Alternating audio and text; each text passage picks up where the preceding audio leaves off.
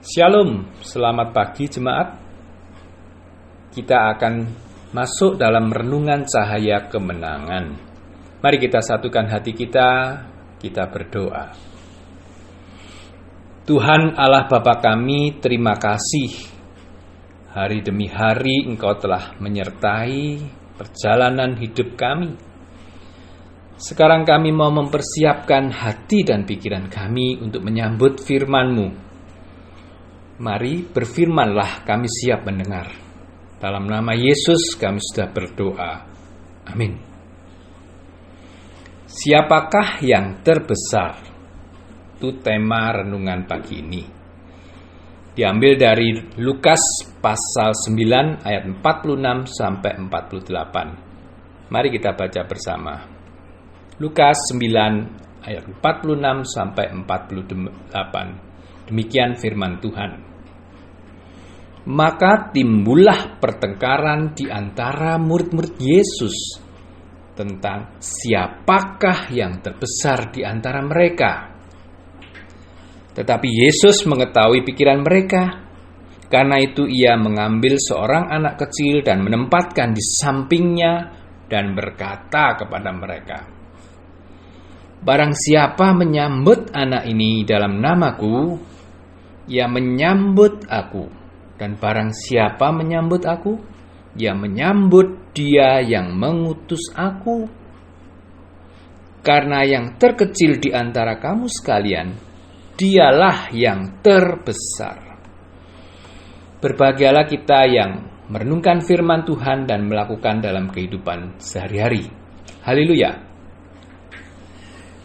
Jemaat yang dikasihi Tuhan, di tengah-tengah pelayanan Tuhan Yesus, para murid tidak memikirkan bagaimana melanjutkan pelayanan Sang Guru atau siapa yang harus menjadi rasul dan pemberita Injil sampai ujung dunia.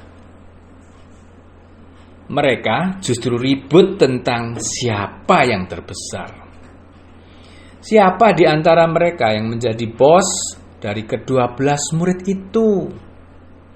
Bertengkar tentang siapa yang nanti menjabat sebagai Perdana Menteri bagi Raja Mesias ketika ia harus mendirikan kerajaannya dalam segala keagungan dan kemuliaan.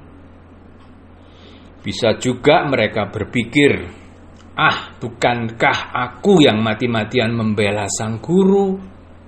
Ya pasti aku lebih berhak mendapat jabatan yang tinggi dong.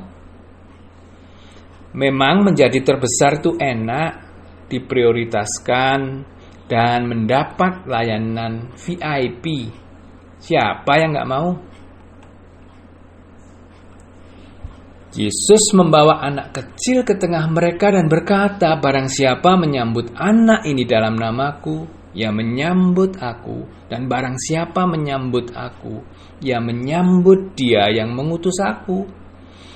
Karena yang terkecil di antara kamu sekalian, dialah yang terbesar."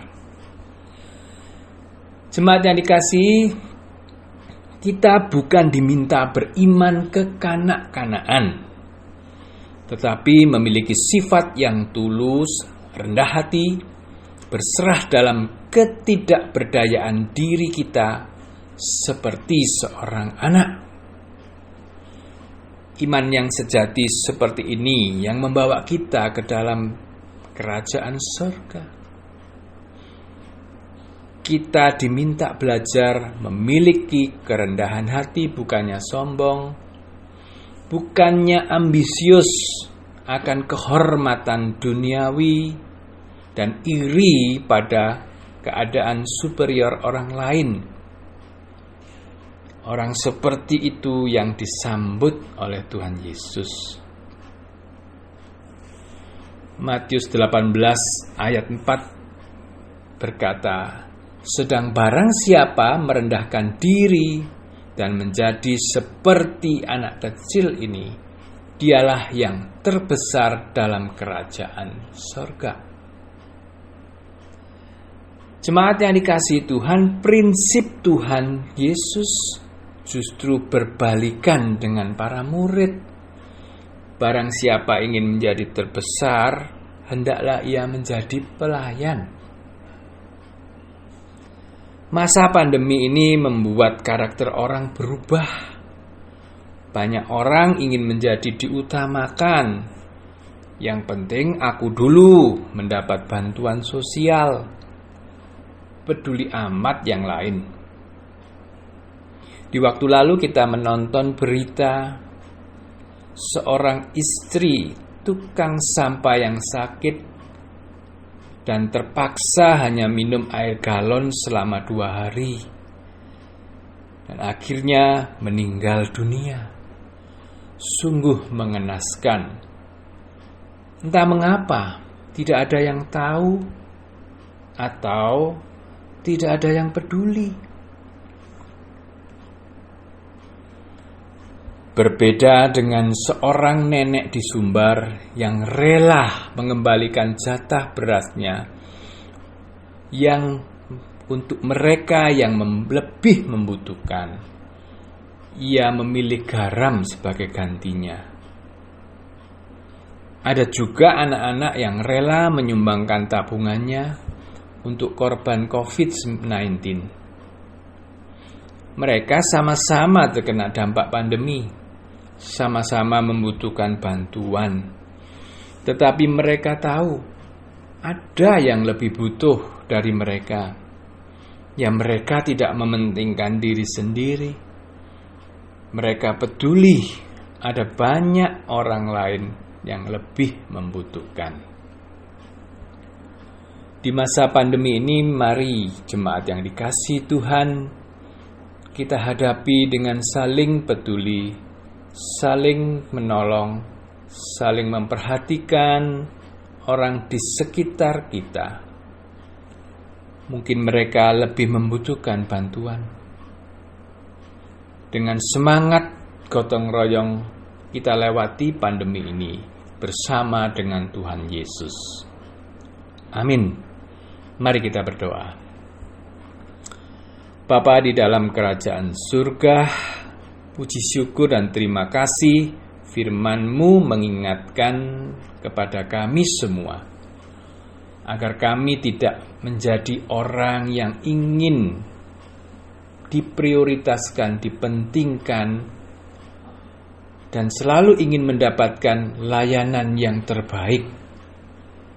Di tengah-tengah pandemi ini banyak orang yang lebih menderita dari kami, lebih membutuhkan bantuan dari kami. Ajar kami memiliki hati-Mu ya Tuhan, yang mau mempedulikan, menolong, dan mengulurkan tangan bagi mereka yang membutuhkan pertolongan. Kuatkan kami Tuhan, bimbing kami. Dalam nama Tuhan Yesus kami berdoa mengucap syukur. Haleluya. Amin. Kita akan berjumpa dalam renungan cahaya kemenangan esok 6:30 pagi di persekutuan doa Sabtu. Tuhan memberkati. Amin.